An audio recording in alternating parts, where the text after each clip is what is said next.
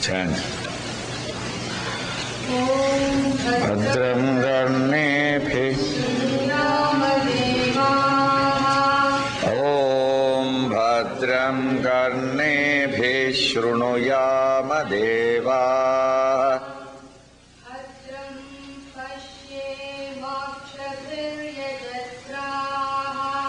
Bhadram pashyemakshadiryajatraha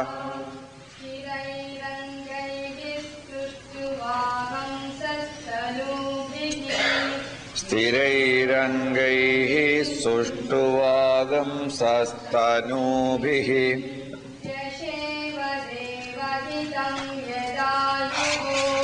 Vyashema devahidam yadayuhu Swastina Indro Vriddhashravaha Swastina Indro Vriddhashravaha Swastina Pusha Vishwavedaha Swastina Pusha Vishwavedaha Swastina Saksho Arishtanemihi Swastina Saksho Arishtanemihi Swastino Brihaspati'r Dadatu Swastino Brihaspati'r Dadatu Shantihi Shantihi Shantihi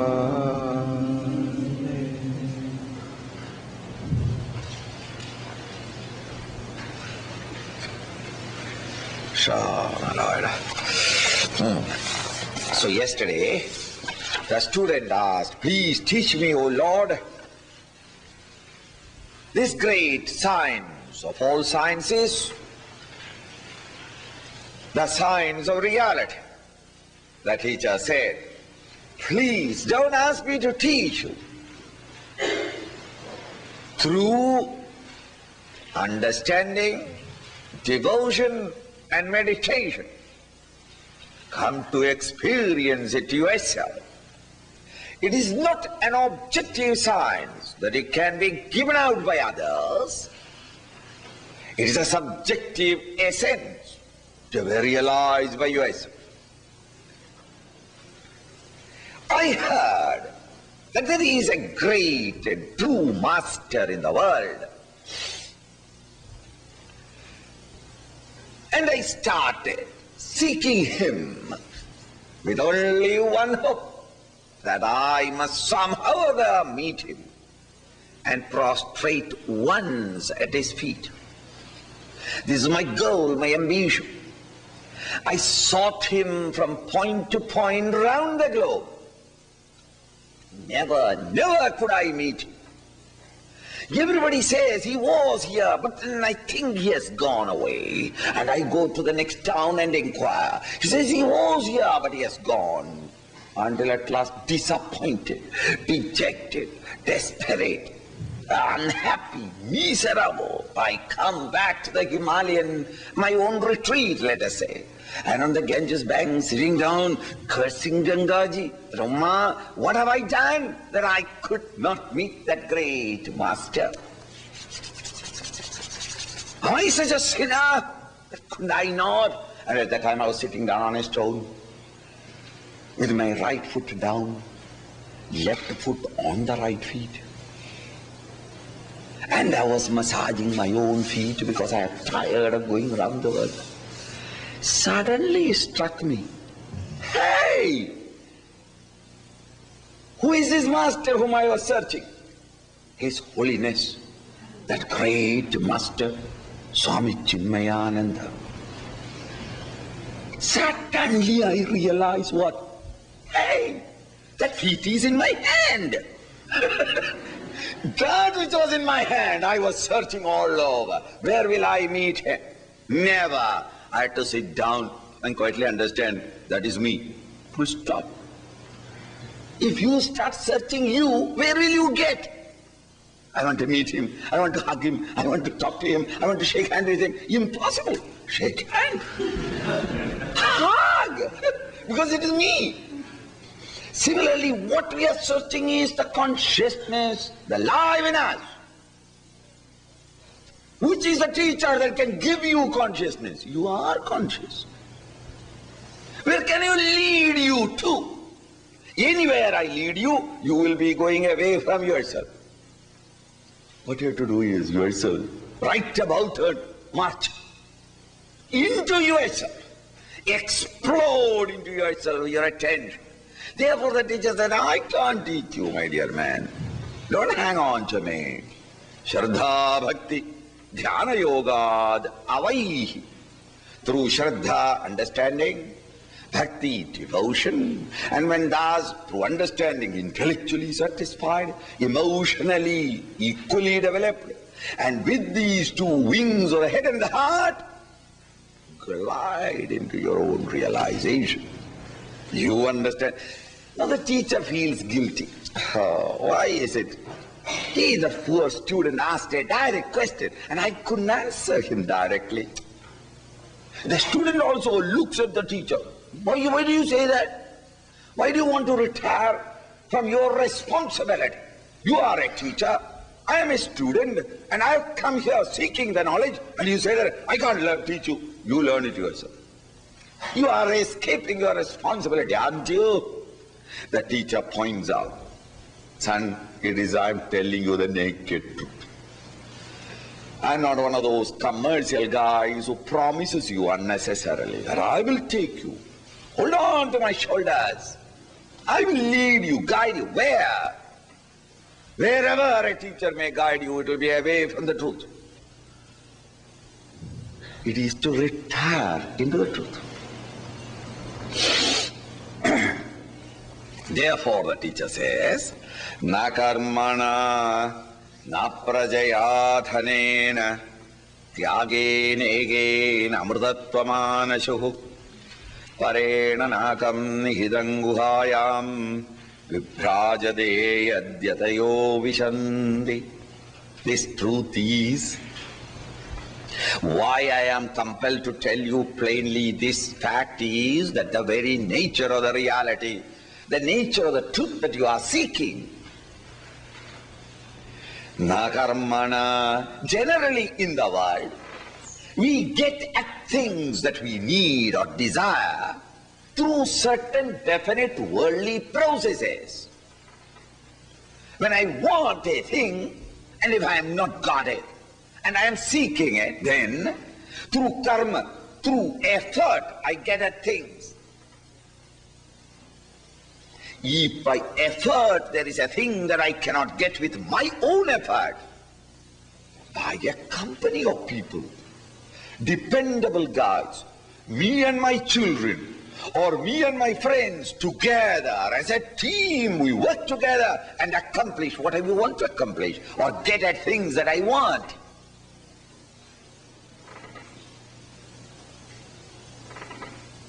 If that is not possible, a thing I can't work out myself, nor can I by a company get at it, then dhane, by wealth, I purchase it.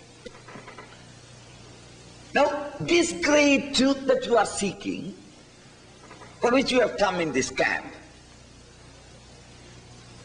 that seeking which the student has gone to the teacher, this Brahma Vidya, the signs of reality, alas, na karmana, by action you can never get it, by work you cannot get it, because work means working with or through the BMI in the world of poetry.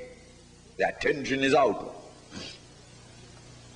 Na karmana, na prajaya, nor by praja. Praja meaning supporters, sons. People whom you can depend as you would depend upon your son. The soldiers, the workers, the laborers, the team, the specialists, my assistants. These are people with whom we undertake great endeavors. No, spiritual essence cannot be realized by supporters, by workers. Na prajaya, can I get it by money? I have a few million. Shall I give a few million to the church or the mosque or the temple? By that process can I get it? Not this truth. Then how can I get it? If none of the means of acquiring things in the world outside are available for it, then how can I get it? Tyagin again. Eka method. There is only one method. And that one method is tyag, renunciation. Drop it. And that dropping is called meditation. Drop it what? Your identification with B-M-I. Then what remains? Nothing. Nothing is truth. No, there is everything. That is the state from which everything has emerged out. Go there. And you can go there only through tyaga, renunciation. Through detachment alone we can reach this great truth. Path of detachment. Our attachment with the world of it is only because of the BMI, jumping at it. Why? Because of the vasanas. Then what am I to do? Renounce the vasanas. Detach. Drop. Even that detachment, is not a pushy, is not a work. Just drop.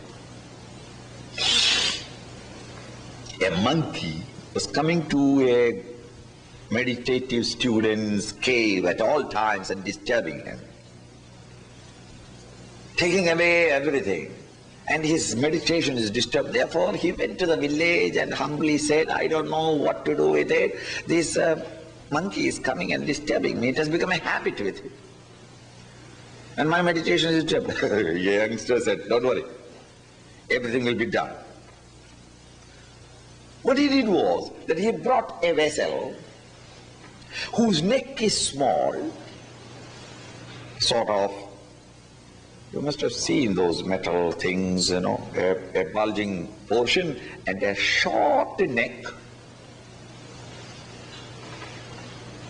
That kind of a flask he brought. And in that flask, he put some gram well roasted. And the gram roasted has got a beautiful smell, a tasty smell, mouth waters. And he placed it there at the door, and he stood behind the door with a stick ready.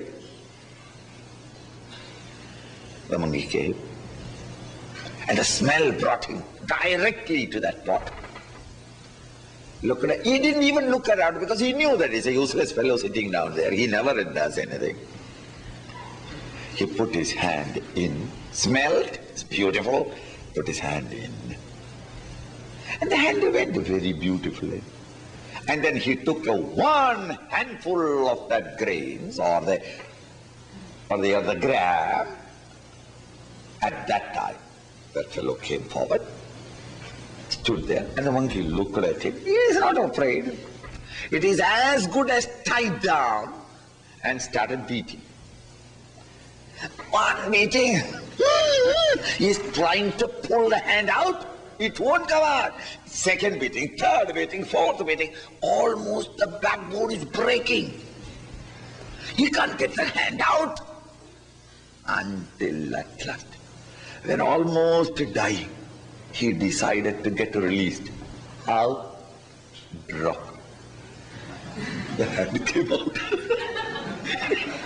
With the grains, it can never come out. Without coming out, the poor monkey cannot run to the trees. The moment he dropped everything, he was released. And then the monkey jumped. And the man can do nothing with all his intelligence. And with his stick, what can he do? Poor man. The monkey jumped to the nearest branch, looked back. And the man said, okay, now I can do nothing. You go. Now how did he get released? Why did he get beaten out? Because of his attachment. And he would have been got beaten out till the end had he not dropped. And the moment he dropped, he is free. The monkey is always free. It is never tied down to a pot. But in the pot he held on. So long as you hold on, you are tied down. So long as you got an attachment with OET, you are bound in the BMI. No freedom. Now how to come out of it? Not by work. However much the monkey start running with 3 legs, with a pot in hand, no, he will get beaten out. Now Prajaya, but the other monkeys come and help you, no. Dhanena, by money, no method. Tyagena again, tyaga, renunciation. Drop it, you are free. The moment you drop it, you are free. You came into this world is not a mistake. Adam and Eve were happy, angels upon this world. And it was a Garden of Eden. The moment they got, I want that fruit or anything, got bound. Oh Lord, I want nothing. Thou alone, thy grace alone I want. Drop it. Next moment you are there from where you came. Again, again. Amrutattva manasya. You can reach the Amrutattva. Amrutattva, beyond a tie, Mrda, death, change.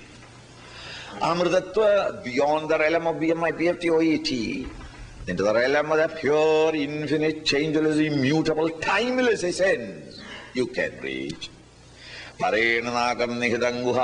this great essential state of bliss is Nihidanguhaya, is in the very cave of your heart, the very core of your personality. Vibhrajade yadyatayo vishanti, there it ever, Vibhrajade, ever resplendent, because it is consciousness. This resplendent essence is in the core of your own personality. There where yatayaha, those who are striving to reach therein, Vishanti enters. This great truth is entered. Direct perception is possible only through the process of detachment, and therefore myself talking to you or giving you a packet of Brahman reality, hereby enclosed, is a packet of truth. After reading the letter and posting your money order, please take a pinch of it in the mouth. No. Truth is not given like that. He is only allowed to find out for himself. If you find it out, your glory. If you don't find it out, not even a sympathy. You see, if that monkey cannot get freedom from it, no sympathy. Drop it, sonny. Next moment you are free. Thus by the renunciation alone, and therefore what can I tell you? This is why we said that through Shraddha, Bhakti and Dhyana Yoga meditation, come to realize it yourself. This is the uniqueness of this subject matter, and therefore we are unfortunate. It is unfortunate that we cannot help you much. We can only help you to come to realize the need for renunciation. And each one of you must be able to develop and understand the need. Come to understand the holiness of this pursuit that we are doing at this moment. And seek the reality through mental dropping. Dropping everything of the mental preoccupation. Even the last thought drop. Even the anxiety that I must realize it. And that dropping may be through realization, through, knowledge, or through surrender. Any method you process.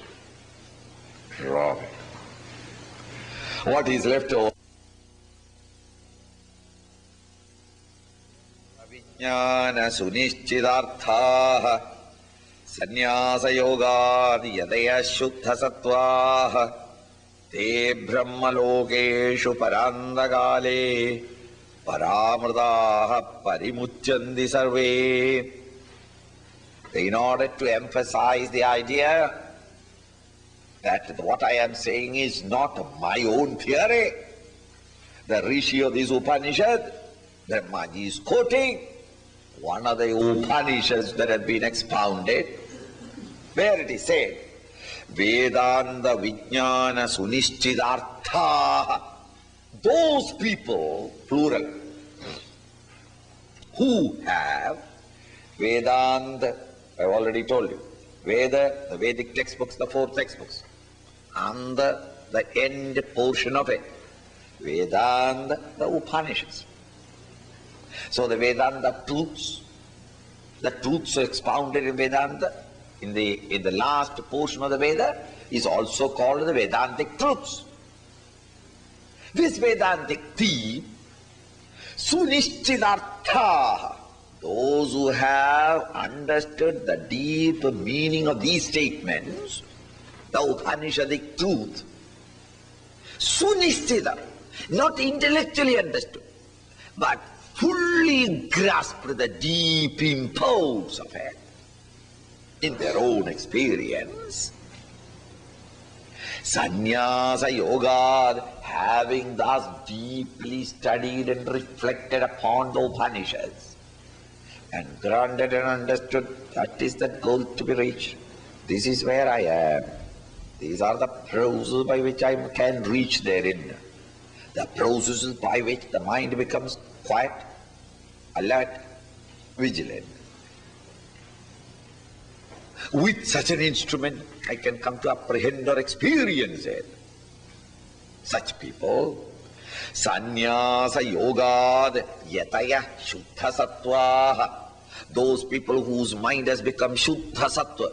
Sattva, quiet. Shuddha Sattva, impurity, because of its purity, quiet. Purity meaning Vasana Kshaya, Vasanas have ended. And thereby the mind has become quiet. Such people, they, through, what is the process? Sannyasa Yoga. Sannyasa Yoga, underline. Sannyasa Yoga, in the middle of the translations, word meaning.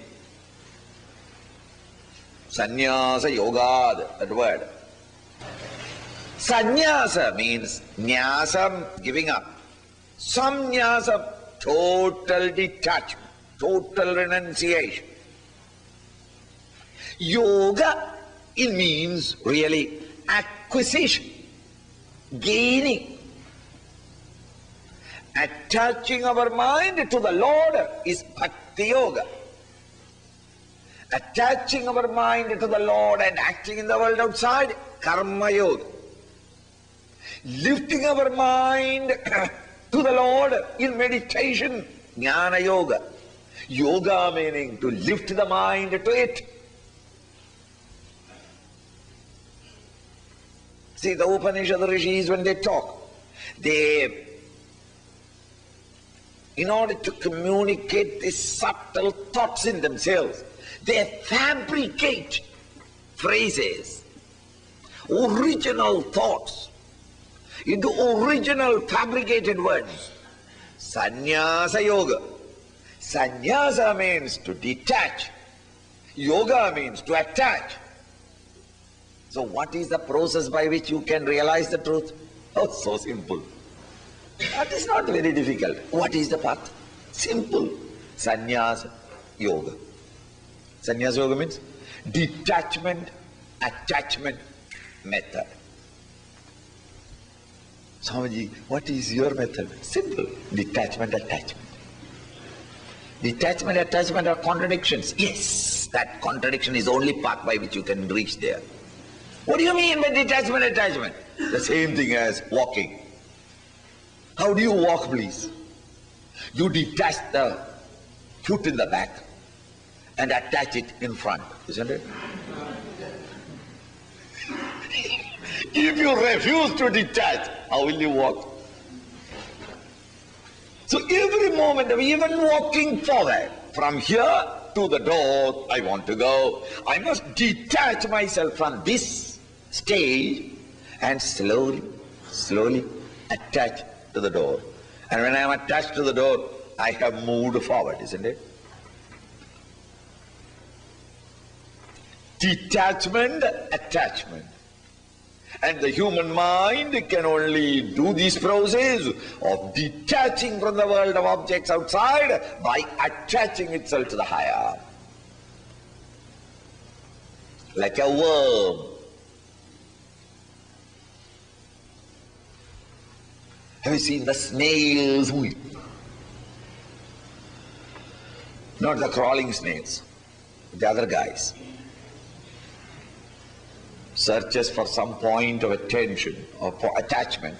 Then he finds an attachment, he attaches himself. Then he lifts these feet and then again searches on another point of attachment. Thus the mind, detached from here, attaches itself to the highest state and then realizes such people who are striving hard to detach the mind from the realm of BMI, PFT, OET and attach to the higher. And this is possible only when you have studied the scriptures and understood what is the goal to be reached. The nature of the reality is the theme of all scriptures. So Vedanta Vijnana Sunishchidartha, those who have well understood the deep import of the subtle truths expounded in the end of the Vedas, the Upanishads. That is, scriptural knowledge, the understanding of this clear. And thereafterwards, don't sit back and say, I know all the scriptures. You become only a professor, an erudite scholar. Thereafterwards, you put forth all your effort to reach at it in your own subjective bosom by the process of sannyasa yoga, detachment from BMI, PFT, OET, and striving to reach the higher. With all that knowledge, if you are still living at the flesh level, sensual living, of eating and pleasures and hunting, and then still say that I am spiritualized, I have realized. What are you talking? Sannyasa yoga is not my opinion, the textbook. That is why the text is given in your hand. The textbook that is written is not that I have inserted these words. Sannyasa yoga, by renunciation, who was striving to reach the higher. They, this is the only Sanskrit word which is very near the English. They, T-H-E-Y, they, Brahmalokeshu Parandakale, at the end of the time, when the physical form drops off, they reach that pure state of bliss. When the physical body dropped off, I am not talking of the end of the death. But when your total identification with the BMI is totally ended, you die this little life to awake, to be born in that infinite experience. Paramrdaha parimuchyandi sarve, transcending everything, transcending BMI, PFT, OET. They reach that pure state of experience of the divine infinitely. This being the process, the previous two verses, the teacher justifies why he so harshly told you that don't hang on to me, You yourself will have to subjectively tune up yourself through Shraddha and Bhakti. And in the last, path, or through the path of meditation, reach the last lap of your journey and plunge yourself into experience, direct, immediate experience. And because the theme of the subject matter is so subtle, so direct and subjective, the ordinary processes of education, the usual objective sciences are taught by the teacher, wherein the teacher's responsibility is 2/3. The student's responsibility is only 1/3. The teacher has to demonstrate it, and the student tries to understand it. But in this Vedantic textbook, Vedantic classroom, when we are searching our own essence in ourselves, alas, the teacher's job is only 1/3. The student has to strive more and more to realize it for himself, 2/3. Therefore, the great Rishi in the Upanishad says, you yourself must come to know it. I cannot give this knowledge to you. It is not an objective knowledge. It's a subjective rediscovery. And that subtlety of the theme was indicated, that it cannot be gained by action, by work, by the work of a team, nor by purchasable, by commodity, by money. It has to be understood by yourself in the depth of your own personality. And those people who have studied the scriptural literature sufficiently and have come to glimpse or get a glimmer of the reality and its nature intellectually, and thereafter those who strive hard to reach it through the process of sannyasa yoga, detachment, attachment process, such people really come to end this egocentric existence and awake to the higher plane of consciousness. This is what you have been saying. Swamiji, Shraddha I understand, because study and then think over it is. Bhakti to an extent I understand. Develop a devotion and cultivate the devotion. Remember the Lord's name at all times. Just as I love the world outside, I start loving the Lord. I understand. But this dhyana, yoga, meditation, that I don't know. Would you explain? The teacher starts exposition of it. Vivikta deshecha sukhasanastha shuchi samagriva shirashariraha atyashramastha sakalendriyani niruddha bhaktya swagurum pranamya hritpundarikam virajam vishuddham vichindya madhye vishadam vishokam. The teacher starts exposition of the path of meditation. Vivikta deshe. Now, my children, when the teacher advises the student, Ashwalayana, Sani, select a quiet place. Vivikta desha.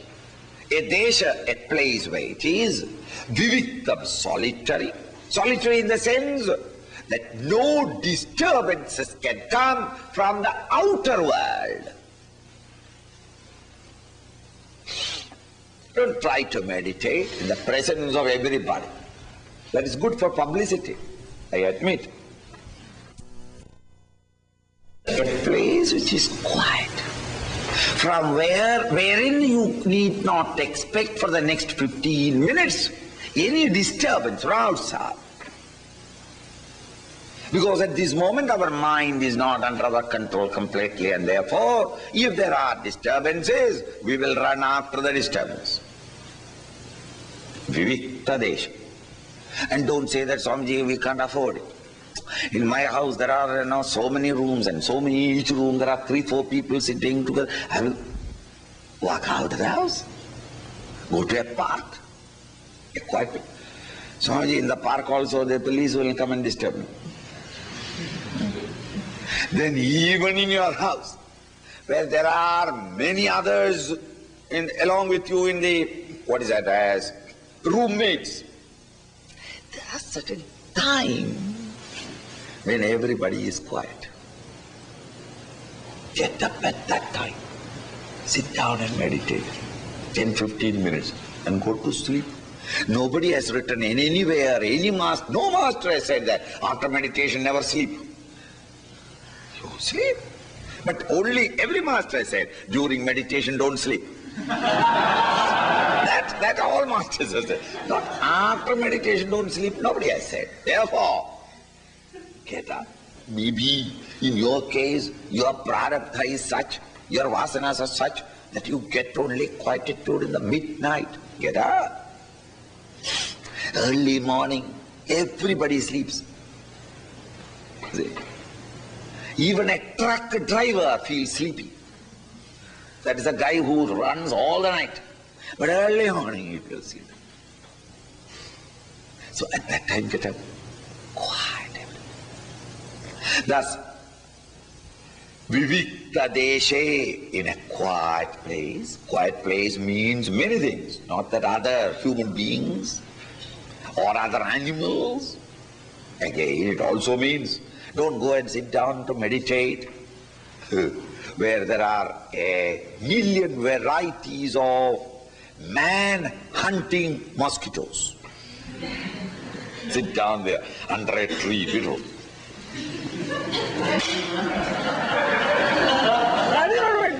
See, it must be a clean place, no disturbance, that's all. No disturbance from the outer world. This is all the meaning. A clean place. Vivikta deshecha. And then sukhasanastha. Sukhasana. Sit down in a comfortable pose. Don't inquire into Swamiji, left leg on the right leg on the left leg. In a comfortable posture, sit down, shuchi, clean. Everything is quiet. Nice place. And you go and sit down comfortably. But why? You are not taken bath for the last 1 week. No, you can't meditate. So shuchi, cleanliness. Your clothes clean. And if you can't afford that way, just as we can't afford to use our suit while we are working in the factory, we have got there a dress, work kit. And therefore you take your coat off, and then you put on the work kit, and then work on. And when you're coming back, you remove that kit, wash your hands, dress up beautifully, and walk out. Don't we do it? Similarly, for meditation, hang a clean clothes, a special dress. Thus, sukha, shuchi, cleanliness, your personal cleanliness, your clothes, etc. clean. The place also clean, because the entire atmosphere must be quiet. Thus, outside the world, quiet. And what about me, myself? Sit down, comfortable asana. And then, slowly, the clothes must be clean. Then, the skin, the body also clean. See that stage by stage, all details. Again, samagriva shira sharira. Sharira, body. Shira, head. Griva, neck. All of them, sama, in straight line. So then, sit down in a quiet place, comfortable asana, vertebral column erect, and head, neck, and the trunk in one straight line. Watch. The outer world, he indicated what to do. The seating arrangement, the cleanliness, and the body posture. The leg folded and sit down. And what about the upper trunk? The neck, the head, the neck and the trunk in one straight line. Now go a little more interior. What about my mind? What should I do with the mind? Atyashramastha. When you sit down for meditation, remember, every meditator in the meditation pose at that time is atyashrami, the last ashram. Ashrama means stages in life. According to Hindu Shastra, there are 4 stages in life. The first 20 years, roughly. First 25 years is really speaking. Because the idea is the life is of 100 years, then dividing. But that division is not, it is only to make the student understand. It is rough and ready. So first part of your life, brahmacharya, as a student. The second part of your life, you take responsibilities, learn to look after your home and faithfully live with your wife and children, serve for others in society. It's called householder's work. Stage. When your grandson is born, you and your wife quietly retreat from the home and put a small little hutment, a humble hut, and stay there in retirement. This is called vanaprastha. And the last stage of life is called sannyas. Renounced all relationships. You have done all your duties towards the world. No more any duty. Now the duty is only to the Creator and me, who have given me this chance to serve the world. Atyashrami, the last ashram. So when you are sitting in meditation, you are a sannyasi, a renouncer. You have renounced everything. You have no duty towards the world. You have no rights in the world. So that when you are sitting in the meditation, you are neither the son of your father, nor you are the husband of your wife, nor are you a brother, nor are you a father, nor are you a Christian or a Hindu or a Buddhist. You are neither belonging to the East or the West. You are neither an American or an Indian. You have no such a relationship. You are not even human. That must be the mental attitude. Why? Because mental agitations arise only because of these assumptions, isn't it? Swamiji, whatever you may say, I can't meditate because I am worried about my child. Right. You are right. As a father of your children, you must worry for their health or for their welfare. But at the moment in the seat of meditation, you are not father of anyone.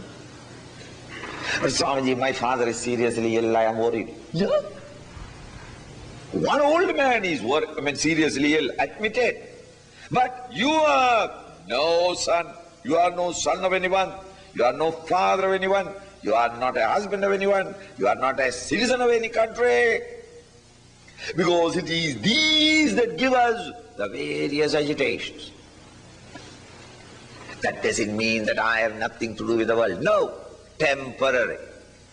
I am on vacation. For every damnable thing that you can think of, I am on vacation. Even if the office phones you up, who is that, darling? Your office is calling you. Say that I am not available. Pooh. Maybe serious thing. Never mind, I am on vacation.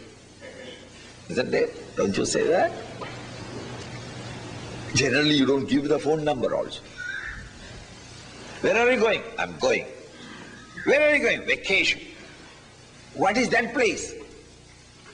Where is the vacation place? We are going. Where? Vacation. Where are you going? vacation. People don't give the neighbor number, because then the trouble will come near behind you. If that be true, all the disturbances that come in the mind is, as a Swami, I can have troubles. Oh, those people are not done it, that is not done, oh, that letter is not been sent, oh, this fellow, and the more you sit down for meditation, all things you remember. Which from tomorrow, daytime you don't remember. At the same time you say, that is not done, this is not done. These duties are not yours, not his, not hers. Then how does it become mine? Because of the arrogance that I am the Swami, the head of an organization, and I must do it. Just relax. I am dead. Today when I die, which president of what organization? How am I responsible for your spiritual development? Dead. All that you can do is bury me. Thus sit down, disconnecting all relationship with the world outside. Atyashrami. I am neither educated or uneducated, neither incompetent or competent, neither, what is that, sinner or a saint. Renounce everything.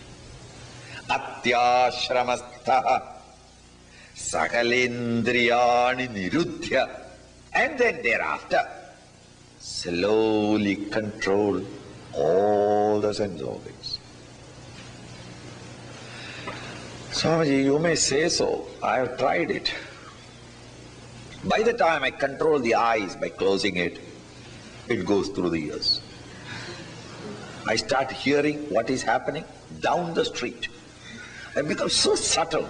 If you drop a pin, I will say what kind of pin it is dropped. Because sensitive, I start. Ordinarily, I don't hear anything. When I sit down for meditation, I know there a car is gone. It's a motorcycle that is going. Everything becomes clear. What bird is singing, the kind of bird, etc. I become sensitive. Sagalendriyani niruddhya. Control all sense organs. All seepage of my consciousness through these 5 holes control. But how? If the teacher says, do this, he must also say how it can be done. Generally, I have got a prescription, and it is a very effective one. Realization can be instantaneous, right now. Those who want instant realization, there is a path. But don't ask me how. If you can stand on your nose without any support, realization suddenly comes. But how can I stand on the nose? That I don't know. You understand? If you say control the sense organs, however long, however much long the beard may be, reverential master, God himself comes and says, Sonny, control all your sense organs. I say, I would love to, but how? You say, if how is not given, that prescription is useless. I've got a chronic tummy pain, and I go to a doctor, and the doctor writes a prescription, Jalupli Sluplia. With that prescription, I go around the world, Saluplia, Suplia. What is this Saluplia?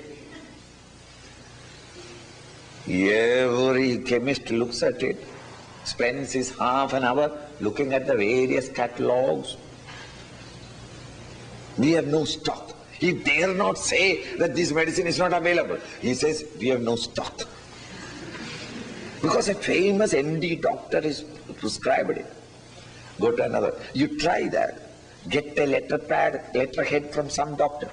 And you yourself write there. Pills, 3 pills a day. You write a prescription and start going whenever you are in vacation. Is a very nice idea. Go from chemistry. It's a beautiful entertainment. How they will say that, oh, we had the stock that is gone. You try so and so, he has got the stock. He is the sole agent. Oh, he is the sole agent. I am the sole agent of that medicine. Because that is in my head only. You go there. So and so said that you are the sole agent. Give me 5 bottles. I'm going on a long trip. He starts looking at the book. Free service. Half an hour that guy works. You have not paid him anything. At the end of it, you know that he will give you the chit. You come back. Similarly, doctor writes Surya. And I take round the world. Nobody. Until at last I come to the doctor and say, Doctor Sahab, for the last 2 years I've been trying to get this medicine. I could not get it.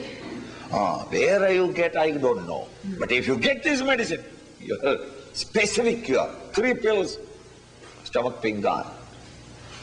What's the use of that prescription? Similarly, if the teacher says, control the sense organs, he must also tell me, the next word. Bhaktya Saguram Pranamya. Bhaktya through devotion, through deep devotion. Hey, the same verse. The same verse. Why are you changing the pages? The same verse. Page 19. The same verse we are doing. Saguram Pranamya. Then next stage is, with all devotion, mentally prostrate to your teacher. There the teacher is. In the Vedic period there was only teacher.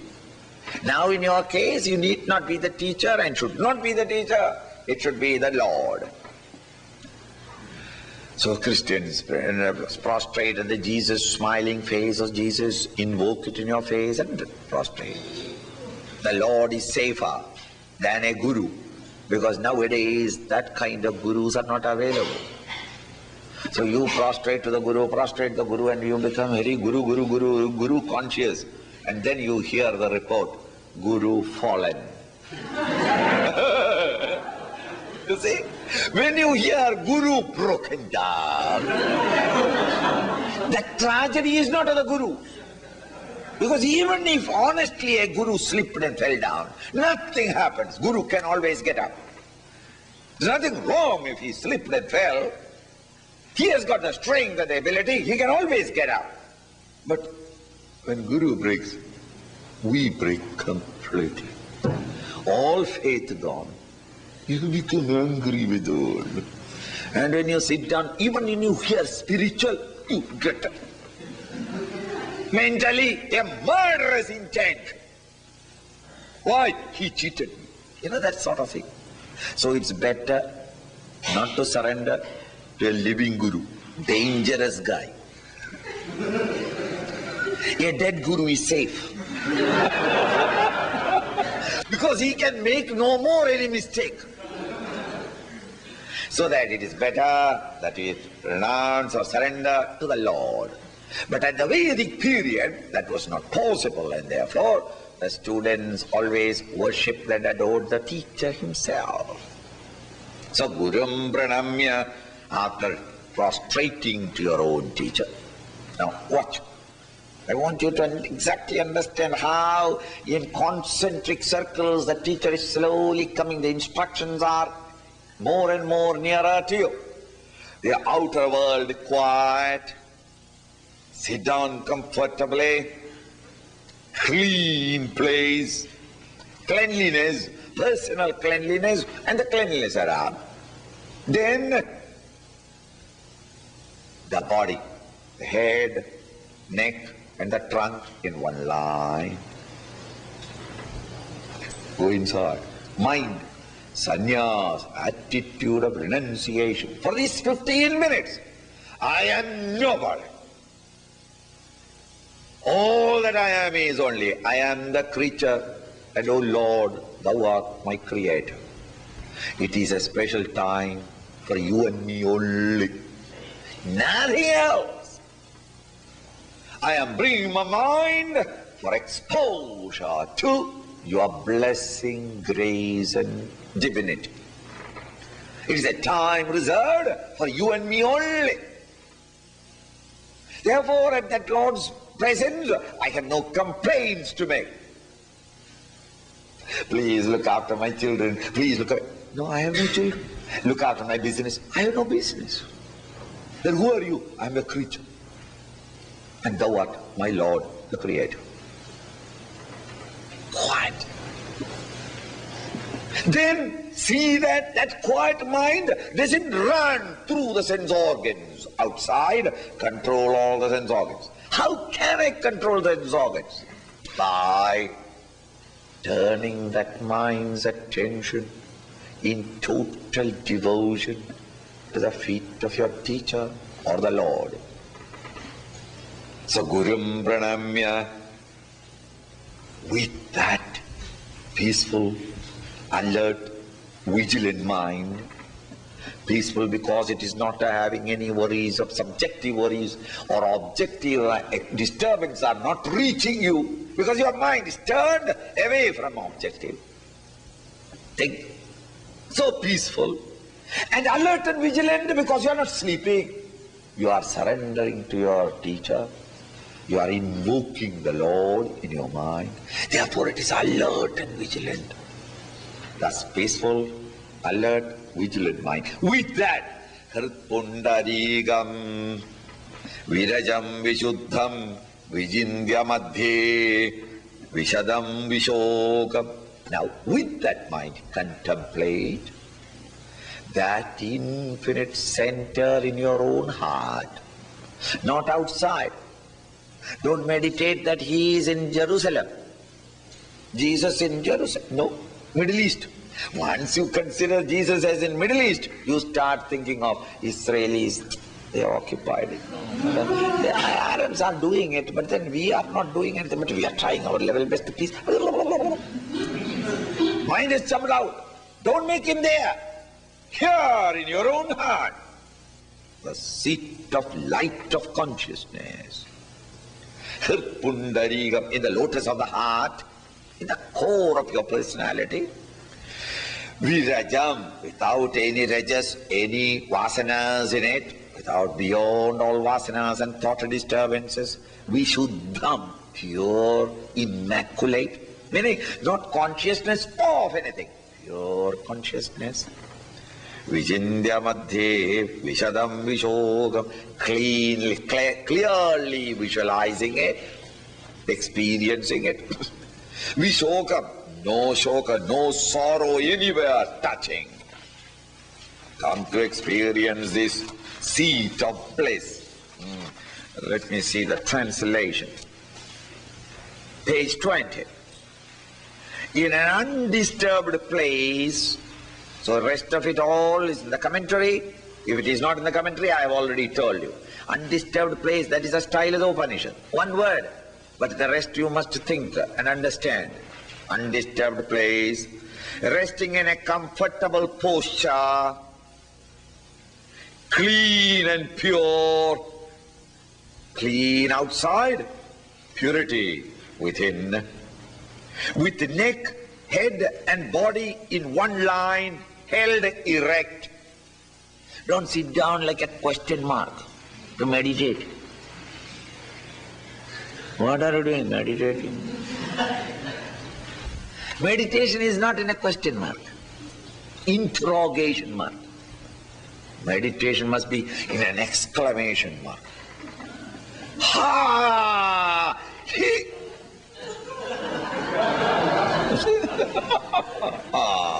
Not crookedness. In the daytime you have to. Give me that, give me this, you have to. But here I am not a beggar. This I am sovereign of sovereign. I am going into my own kingdom, my own palace. The King of Kings of my meeting. That way, straight. Held erect in a mental attitude of sannyas, total renunciation. I am not even a human being. I am a creature. O Lord, thou art my creator. Full stop. No complaints. Nothing to talk. I just want to rub myself at your feet. That's full stop. Like a cat moving around. Wanting nothing, desire nothing, expecting nothing, hoping nothing, requesting nothing. Just be with you, full stop. Basking in thy presence. Having controlled all the senses, sense organs not allowed the mind to seep out of their sense organs. How can I do that? Saluting one's own teacher mentally with reverence and devotion. The teacher, otherwise the Lord himself. Meditate within the lotus of the heart. Lotus of the heart deep in your soul. The untainted, because immaculate, pure, the clear and the griefless. There none of your sorrows can reach. The peaceful, blissful state. Meditate. Always for a short time. Never try to do it. It's not a hatha yoga. It's not a jada samadhi. It is not a hibernation. We are not trying to escape life. Short, but brilliant and sweet.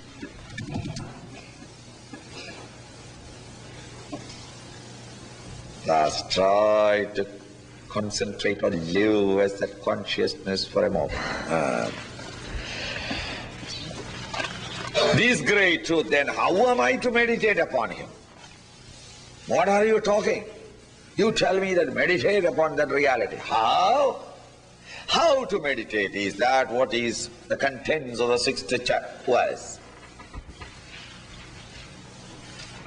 Now really speaking, human mind cannot conceive the infinitude. But the teachers have to explain and expound what is that infinite. He can only expound it by indicating that reality and turn the mind's attention, alert, vigilant attention in that direction. Is called meditation.